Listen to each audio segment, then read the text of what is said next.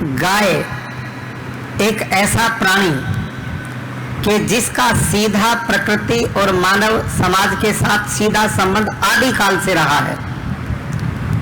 सृष्टि के आदि में वेदों की रचना हुई, 4 ऋषियों के हृदय में अग्नि, वायु, आदित्य, अंगिरा, परमात्मा द्वारा प्रदत्त वो ज्ञान जिसमें गाय के बारे में बहुत विशद वर्णन है। अनेक मंत्रों में गौ के उपमाएं देकर के जीवन जीने का एक तरीका बताया है। आज के इस आतंकवाद के युग में, खून खराबे के युग में, जब व्यक्ति व्यक्ति से दूर हो रहा है, संयुक्त परिवार लुप्त हो रहे हैं, सबसे ज्यादा मुकदमे आपस में भाइयों के चल रहे हैं, वेद ने गाय का उदाहरण देकर के एकता, स्नेह, भाईचारे का उपदेश कैसे दिया, वहां वेद मंत्र आता है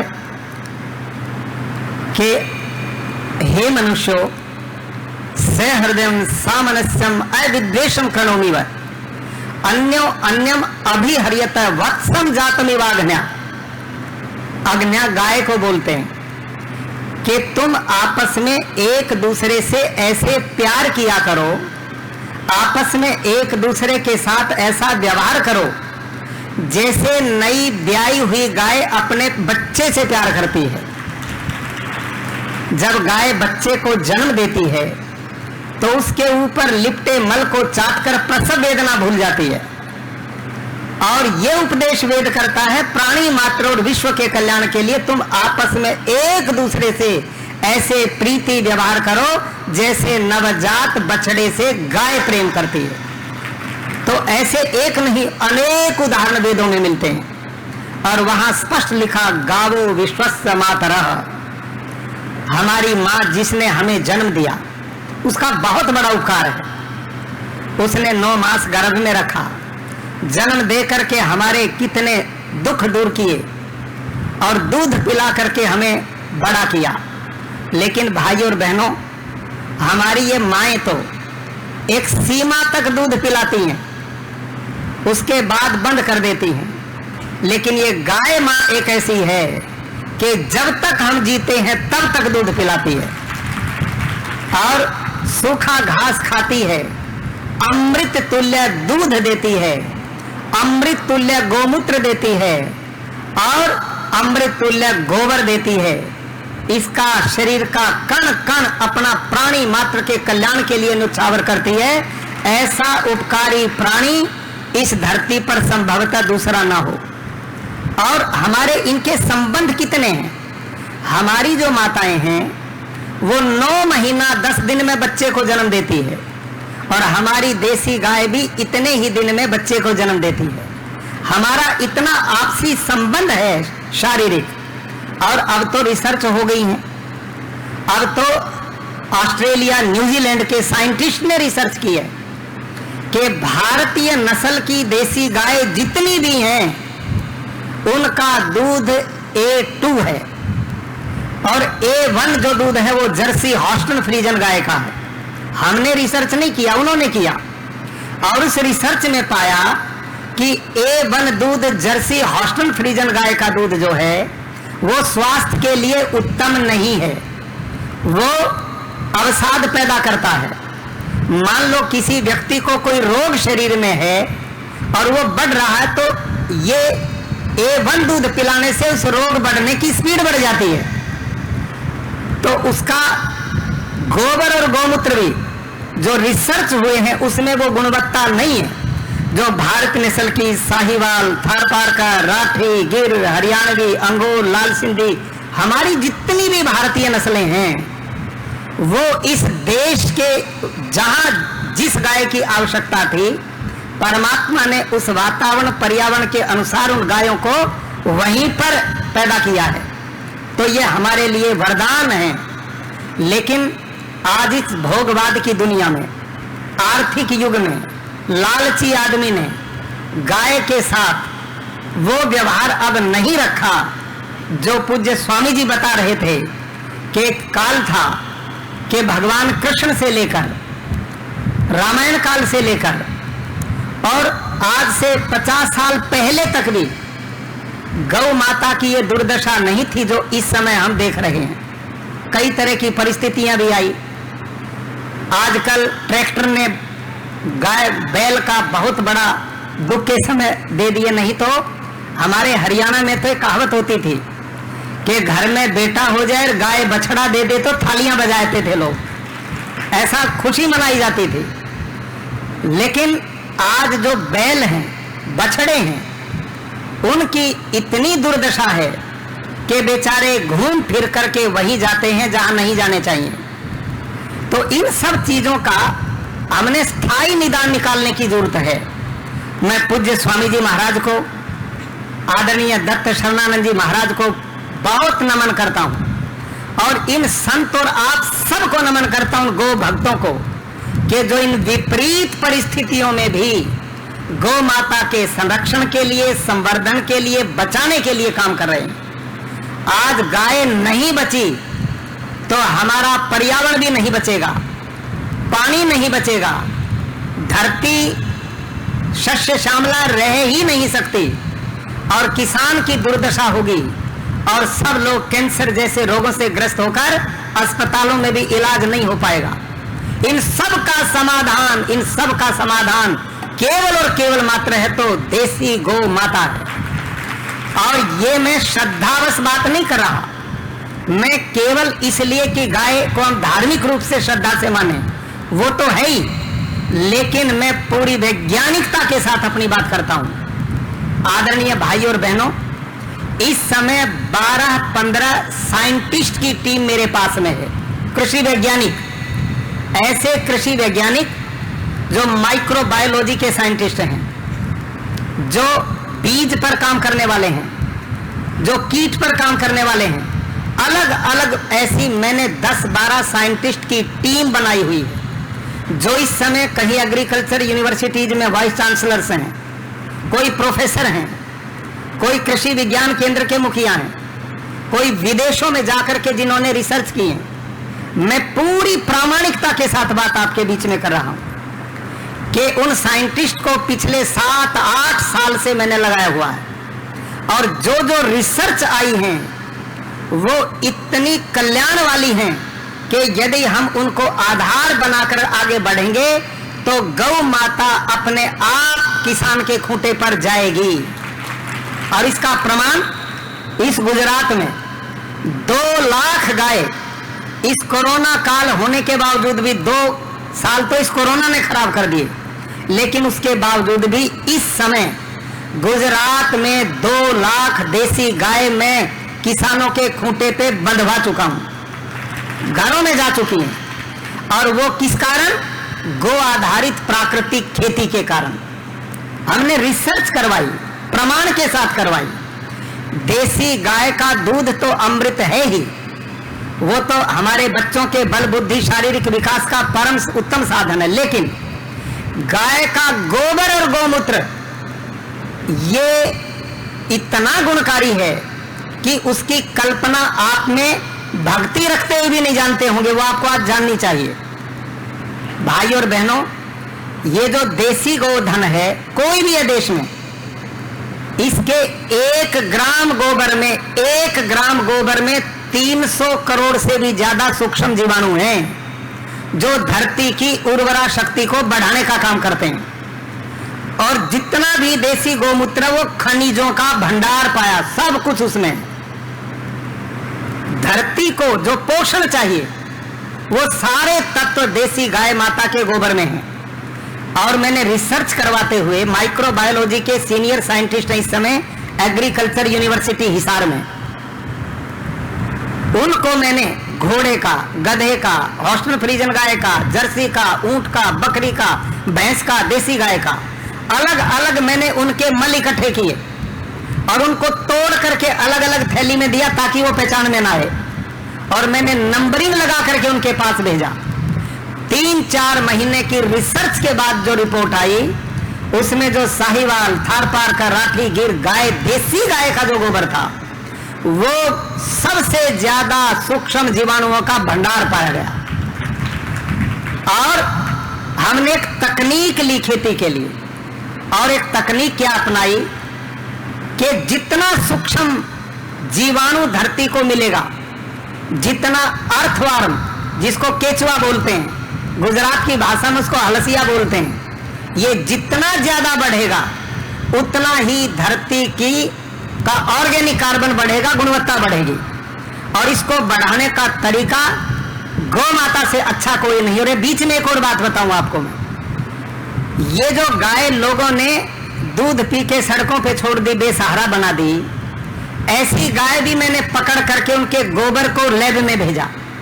स्वामी जी, आपको जान के प्रसन्नता होगी कि जो घर में दूध देने वाली देसी गाय है, उसके 1 ग्राम गोबर में 300 करोड़ से भी कुछ ज्यादा जीवाणु मिले। लेकिन जो ये सड़कों पे छोड़ दी ना, इनके गोबर में वो सूक्ष्म जीवाणु 1 ग्राम में 500 करोड़ तक मिले। 500 करोड़ तक। वो क्यों? उस पर रिसर्च हुआ कि जो ताकत उनकी दूध बनाने में लगती थी, वो दूध न दे करके जीवाणु बनाने में लग गई। इससे क्या सिद्ध हुआ कि गौ माता दूध दे तो महालाभकारी, और दूध ना भी दे तो भी महालाभकारी, तो भी वो खेती के लिए वरदान है। अब थोड़ा ध्यान, स्वामी जी समय है, थोड़ा बोल लूं मैं, आपकी समझ में आ रही मेरी बात? तो अब ध्यान से सुनना अगली बातें जो मैंने रिसर्च की उसके जानकारी के लिए। इस समय भारत सरकार 2.5 लाख करोड़ रुपया 1 वर्ष में विदेशों को देती है, और बदले में यूरिया, डीएपी, कीटनाशक खरीदती है। यानी कि 2.5 लाख करोड़, पता कितना है? इस गुजरात का पूरे 1 साल का बजट है, इतना धन है 2.5 लाख करोड़। और प्रतिवर्ष विदेशों को देते हैं, बदले में जहर लेते हैं, और उस जहर को धरती में डाल के धरती माँ को जहरीला करते हैं। उसके उत्पादन जहरीले फिर हम खाते हैं, फिर कैंसर जैसी बीमारी होकर अस्पताल में जाते हैं, फिर वहां इलाज चलता है। और ये चक्रव्यूह हमें बर्बादी की ओर ले जाने वाला इस समय है। आपकी जानकारी के लिए लेटेस्ट रिसर्च है विश्व स्तर के साइंटिस्ट की, 24%, 24% ग्लोबल वार्मिंग के लिए रासायनिक खेती जिम्मेदार है। ये रिसर्च है।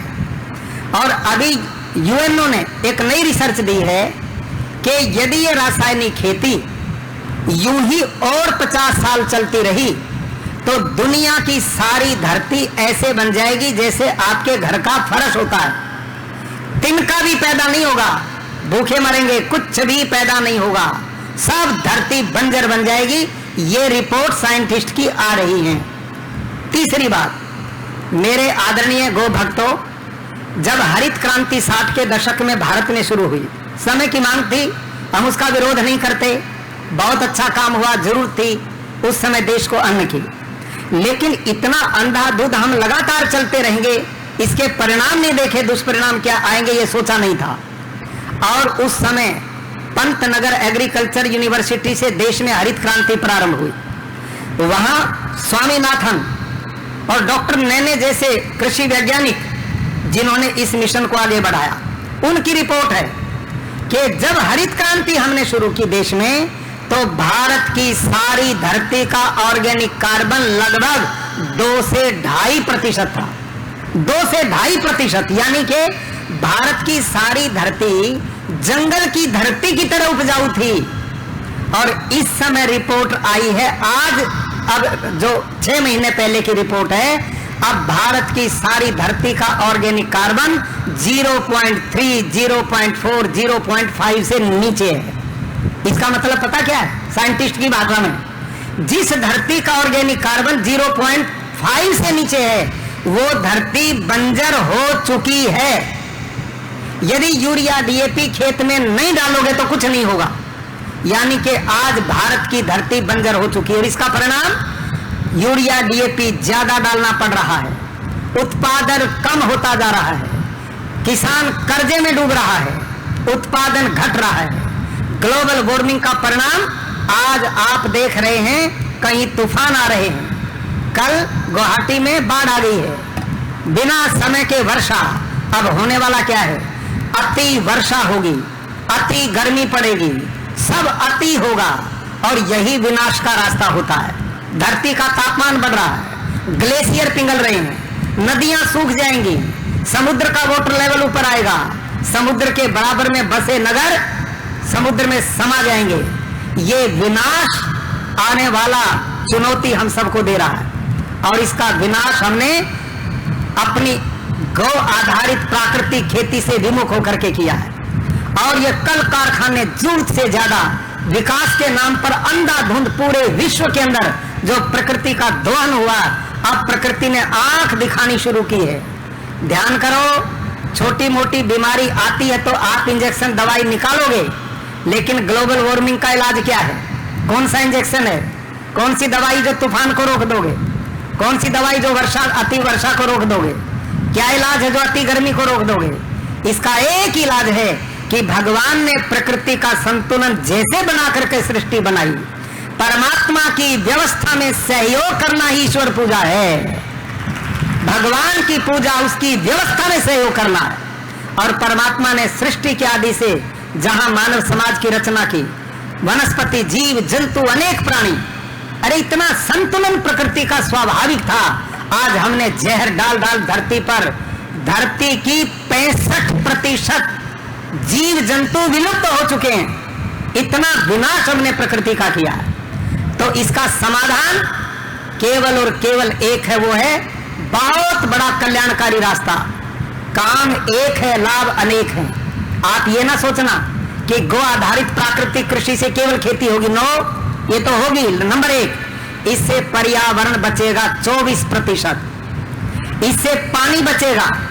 पानी प्राकृतिक खेती में पहले ही साल 50% कम लगता है और पानी प्रदूषित नहीं होता है। अब ये जो बोतलें लिया फिरते हैं हाथ में आप और हम लोग, ये 20-25 साल पहले कोई लिए फिरता था क्या? कहीं पर भी पानी पी लेते थे। अब कहीं पानी भी नहीं पी सकते। क्यों? सारा धरती का पानी जहरीला बना दिया है, ये जहर डालने के कारण। तो इस प्राकृतिक खेती से पर्यावरण बचेगा, पानी की खपत घटेगी, पानी की शुद्धता बचेगी। धरती माँ, जिसको वेद में कहा माता भूमि पुत्रो अहम पृथिव्या, ये धरती हमारी माँ और हम इसके पुत्र हैं। और हमने पुत्रों ने धरती माँ को जहरीला बना दिया, ये जहरीला होने से बचेगी और इसके उत्पादन हमें जीवन देने वाले बनेंगे। ये प्राकृतिक खेती का परिणाम होगा। और जब स्वस्थ आहार मिलेगा तो इन अस्पतालों की भीड़ की जरूरत नहीं पड़ेगी और उनमें अरबों खरबों जो खर्चा है और बेडों पर पड़कर जो दुख भोगना पड़ता है और परिवार और लोग परेशान होते, उसे मुक्ति मिलेगी। और किसान जो आज कर्जे में डूब रहा है, प्रधानमंत्री जिस किसान को समृद्ध देखना चाहते हैं, उन्नत देखना चाहते हैं, उनकी बहुत बड़ी चिंता करते हैं। और उन्होंने इस हमारे मिशन को सुनकर जानकर मैं बधाई देता हूं प्रधानमंत्री जी को कि उन्होंने गो आधारित प्राकृतिक कृषि के लिए पहले ही साल 1500 करोड़ रुपया भारत सरकार ने स्वीकृत किया और अब जन आंदोलन बनाने का निर्णय लिया है। उनके ही व्यवस्था के अनुसार इस समय गुजरात में 3.25 लाख किसान प्राकृतिक खेती से जुड़ चुके हैं। 2 लाख किसान हिमाचल प्रदेश में मैं जोड़ के आया था, बाकी पूरे प्रदेशों में। अभी मैं छत्तीसगढ़ की सरकार ने बुलाया, योगी जी ने उत्तर प्रदेश में बुलाया, महाराष्ट्र में मैं भी होके आया हूँ, गोवा जाकर के आया हूँ, अभी मैं उत्तराखंड जा रहा हूँ। और सब सरकारों ने निर्णय लिया है कि अब गो आधारित प्राकृतिक खेती ही बचाने का तरीका और कोई रास्ता नहीं है। और मैं आप सब आदरणीय संतों से, पूज्य स्वामी जी महाराज से आपसे निवेदन करता हूँ, आप इस मिशन के सबसे बड़े किरदार होने वाले हैं। आपके बिना ये काम नहीं चलने वाला। क्यों? क्योंकि बिना गाय के ये खेती संभव है ही नहीं और गाय भी देसी गौ माता के बिना ये संभव नहीं है। आपको मैं प्रणाम करता हूं कि आप लोगों ने इन विपरीत परिस्थितियों में देसी गौ माता को बचाया हुआ है। अनेक प्रदेश तो ऐसे हो गए हैं जहां गाय दिखाई देना बंद हो गई है। आप पंजाब में जाओ, हरियाणा में जाओ, घर में कहीं कहीं मिलेंगी जर्सी हॉस्टन गाय। देसी गाय तो गौशालाओं में कहीं कहीं दिखती हैं और यही काम चलता रहा तो अजायब घर में ही देखने को मिलेगी, बाकी कहीं नहीं मिलेगी। इतनी दुर्गति हमने कर ली है। और ये कितना गुणकारी प्राणी है। भाई और बहनों, हमने एक तकनीक बनाई है इसके द्वारा खेती करने की। हम एक देसी गाय से, एक देसी गौ माता से 30 एकड़ तक की खेती करवा देते हैं। 30 एकड़ तक की, इतना भंडार है इसके अंदर। मैं जैविक खेती की बात नहीं करता, ध्यान करो। जैविक खेती बिल्कुल अलग है, प्राकृतिक खेती बिल्कुल अलग है। जैविक खेती जिसको बोलते हैं वो हमारी पद्धति नहीं है, और उसमें इतना गोबर डालना पड़ता है जिससे धरती में खरपतवार पैदा होता है, उसमें भी प्रदूषण पैदा होता है, मीथेन जैसी गैसेज पैदा होती हैं, उसमें लागत कम नहीं होती, उसमें मेहनत भी कम नहीं होती, और वो फेल है। क्योंकि मैंने 5 साल वो भी खेती की है। गुरुकुल कुरुक्षेत्र में पूज्य स्वामी ज्ञानानंद जी महाराज यहाँ उपस्थित हैं। सौभाग्य से मैं उन्हीं की नगरी का रहने वाला हूँ। वहाँ गुरुकुल कुरुक्षेत्र जिसमें 200 एकड़ हमारी जगह है, उस पूरे 200 एकड़ में मैं प्राकृतिक खेती करता हूँ। मैंने जैविक भी की, वो में फेल हुआ, कोई मॉडल देश में नहीं बना पाए 40 साल में। लेकिन प्राकृतिक खेती क्या है? ध्यान करो, प्राकृतिक खेती क्या है?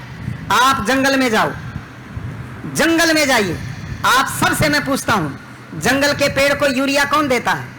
डीएपी कौन देता है? कीटनाशक कौन देता है? पानी कौन अलग देता है? और लेकिन समय पर जंगल का पेड़ फलों से लद जाता है। जंगल के पेड़ के किसी भी पत्ते को तोड़कर लेबोरेटरी में ले जाओ, एक भी तत्व की कमी नहीं मिलेगी। जब भगवान ने, प्रकृति ने सारी पूर्ण व्यवस्था जंगल के पेड़ को दी है, तो मेरे खेत को क्यों नहीं देगा? जो नियम जंगल में काम करता वही नियम मेरे खेत में काम करे, इसका नाम है प्राकृतिक खेती। और ये व्यवस्था पैदा करने का काम करती है देसी गौ माता। वो करती गौ माता कैसे करती है? हमने तरीका एक अपनाया है। आप 200 लीटर का एक खाली ड्रम ले लो, उसको पशुशाला में छाए में रखो, उसमें 170-75 लीटर अनुमान से पानी डालो, जीवाणु बचे नहीं, पेड़ के नीचे डला नहीं वहां जीवाणु, इसलिए वहां की मिट्टी। अब ध्यान करो, गाय के 1 ग्राम गोबर में 300 करोड़ जीवाणु हैं, तो 10 किलो गोबर में कितने जीवाणु होंगे? भाई यहां तो लाला जी कई बैठे हैं, लगाओ हिसाब। क्यों साहब? 30 लाख करोड़ जीवाणु उसमें होंगे, ठीक है। और उन 30 लाख करोड़ जीवाणुओं को हमने दाल का बेसन दे दिया, वो है प्रोटीन। उसको वो खाएंगे तो सूक्ष्म जीवाणु बलवान बनेंगे, स्वस्थ बनेंगे। और उनको खाने को लिए दिया गुड़, उससे मल्टीप्लाई होंगे, वो बढ़ेंगे।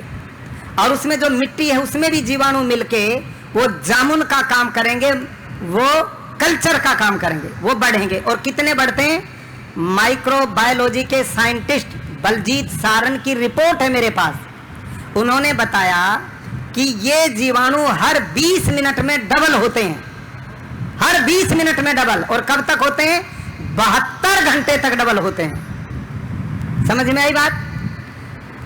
तो 30 लाख करोड़ सूक्ष्म जीवाणु हर 20 मिनट में डबल हों और 72 घंटे तक हों, तो असंख्य होंगे कि नहीं? असंख्य हो गए। और इसमें गौमूत्र जो है वो भंडार है खनिज का। अब हम क्या करते हैं? स्प्रिंकल के द्वारा, ड्रिप के द्वारा, खुले पानी में 1 एकड़ में 1 ड्रम इस पानी को छोड़ दो, पानी के साथ वो पूरे खेत में फैल जाएगा। अब जब पूरे खेत में फैलेगा तो धरती की मिट्टी में भी ऐसे सैकड़ों तरह के सूक्ष्म जीवाणु होते हैं, सैकड़ों तरह के सूक्ष्म जीवाणु। उनमें ये जाकर के आपस में जामुन का काम करते हैं। कैसे?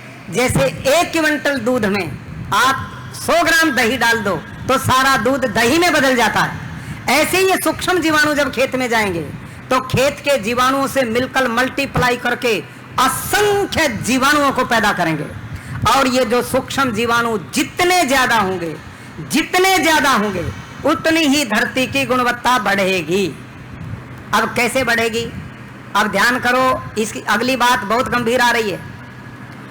ये जो आकाश है ना, भगवान की प्रकृति, आकाश, इस हवा में 78% नाइट्रोजन है। साइंटिस्ट ने सिद्ध किया 78% नाइट्रोजन है हवा में। और ये नाइट्रोजन कैसे पैदा होता है?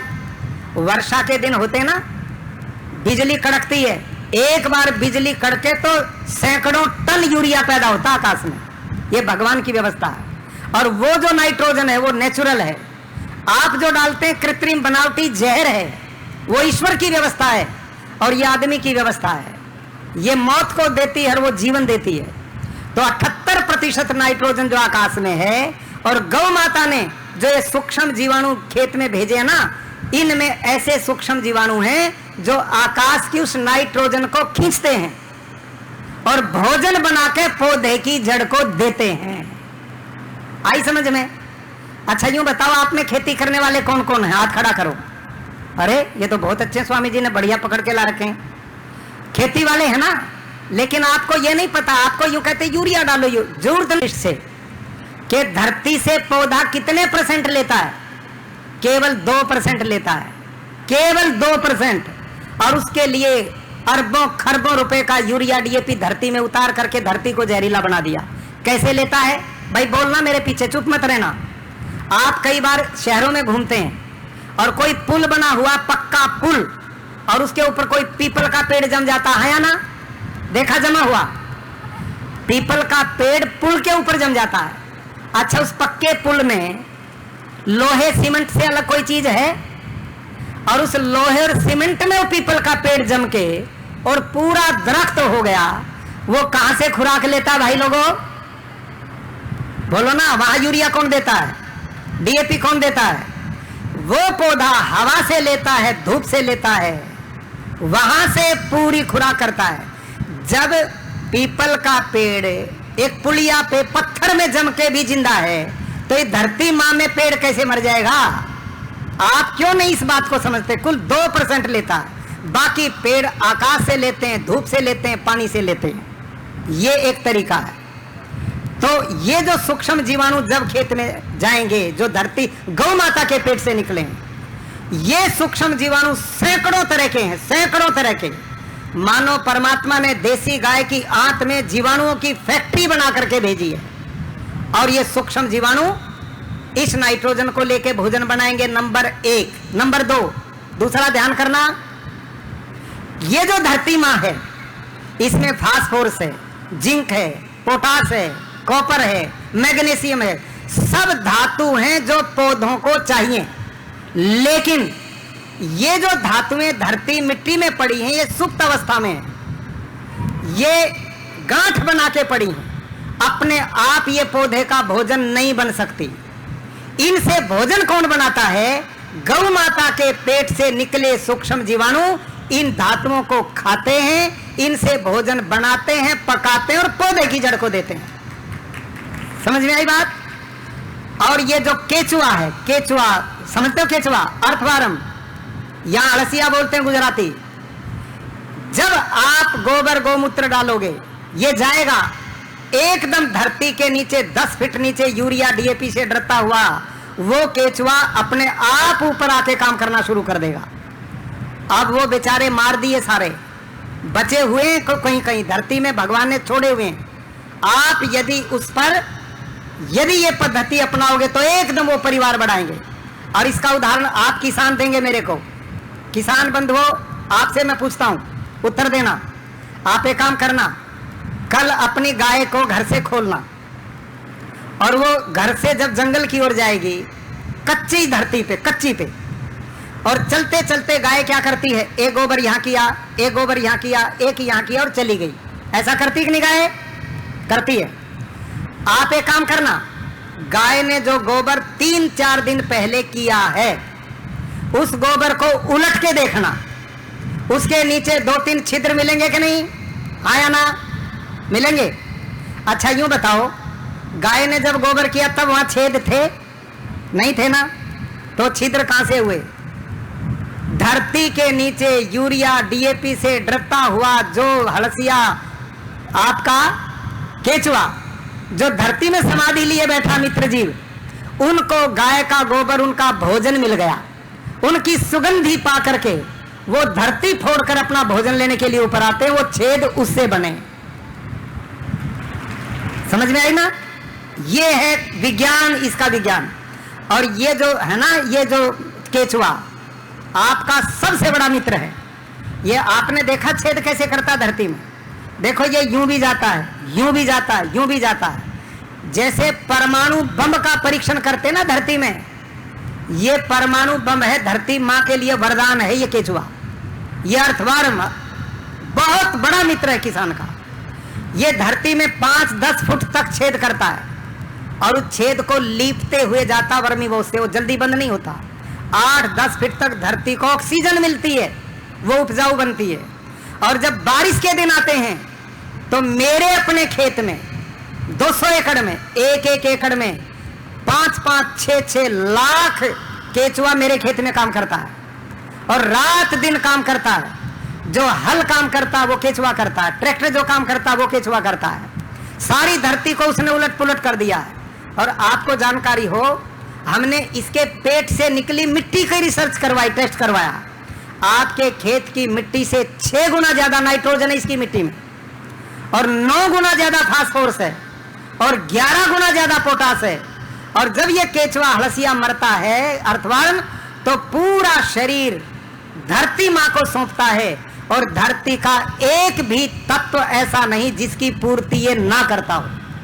पूरा शरीर बलिदान, सूक्ष्म जितने जीवाणु उनका बलिदान, ये धरती के ऑर्गेनिक कार्बन को बढ़ाते हैं। और ये वाटर हार्वेस्टिंग सिस्टम के लिए हमारी सरकारें अरबों खरबों रुपया खर्च करती हैं। यदि गौ आधारित प्राकृतिक खेती होगी तो किसानों ने तो अकाल पड़ेगा और न बाढ़ आएगी। दोनों का इलाज है इससे। कैसे? जिस समय बारिश आएगी, इस केचुए ने धरती में जब 1 एकड़ में 5 लाख केचुआ काम करेंगे तो कितने लाखों अरबों छेद बना रखे उन्होंने। सारा पानी धरती मां के पेट में चला जाएगा, बाढ़ आएगी नहीं। मेरे खेत में अभी बारिश हुई, धान के खेत थे, 115 एकड़ में धान था मेरे पास, और अभी बेमौसमी बारिश हुई। जो रासायनिक खेती थे उनकी सब गिर करके खत्म हो गई, और मेरा एक भी पौधा नहीं गिरा। क्यों नहीं गिरा? क्योंकि उन जितने छेद थे धरती में, जितना पानी बरसा, उन छिद्रों के द्वारा सारा धरती मां के पेट में चला गया, और नेचुरल वाटर हार्वेस्टिंग सिस्टम हो गया, और पौधा मजबूत था क्योंकि उसमें जहर नहीं था। तो ये प्राकृतिक खेती है। और जब अकाल पड़े, गर्मी हो, लूएं चले, ऐसी अवस्था में पौधे को पानी कहां से आएगा? फिर भी यहीं से आएगा। आप धरती को 5 फुट नीचे खोदोगे तो नमी मिलेगी कि नहीं? नमी है। और जब धरती गर्मी में तपेगी तो धरती के नीचे वाष्प बनेगा, और वो वाष्प इन छिद्रों के द्वारा ऊपर आकर पौधे की जड़ की सिंचाई करेगा।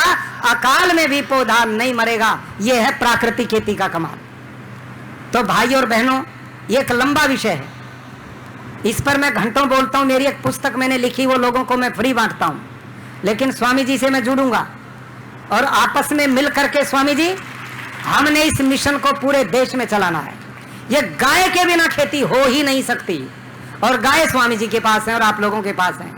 तो आप जो पुण्य कर रहे हैं, भारत के भविष्य को बचा रहे हैं। और हमने एक लक्ष्य लिया गुजरात में। इस समय अभी माननीय प्रधानमंत्री जी आए थे, उन्होंने टारगेट हमें दिया कि अगले 15 अगस्त तक, आजादी का अमृत महोत्सव के समापन तक, गुजरात में एक भी पंचायत हम ऐसी नहीं छोड़ेंगे जिसमें 75 किसान प्राकृतिक खेती से ना जुड़े। घर घर में गाय जाएगी, गाय खूंटे पे जाएगी।